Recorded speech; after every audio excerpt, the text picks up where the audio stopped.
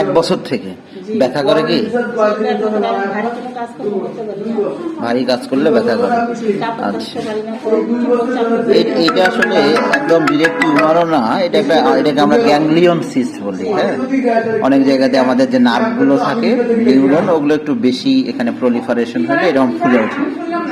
আর সাধারণত এটার ক্ষেত্রে আমরা প্রথমে ইনজেকশন দিয়ে চেষ্টা করি অনেক সময়, সেই ক্ষেত্রে 3 মাসে 3টা ইনজেকশন দিতে হয়, আর তাহলে আস্তে আস্তে কমে যায়। আর যদি একবারে ভালো করার জন্য অনেক সময় আপনার সার্জারি করতে হয়, কিন্তু দেখা যায় যে অনেক সময় এটা আবার হওয়ার একটা সম্ভাবনা থাকে, বুঝছেন?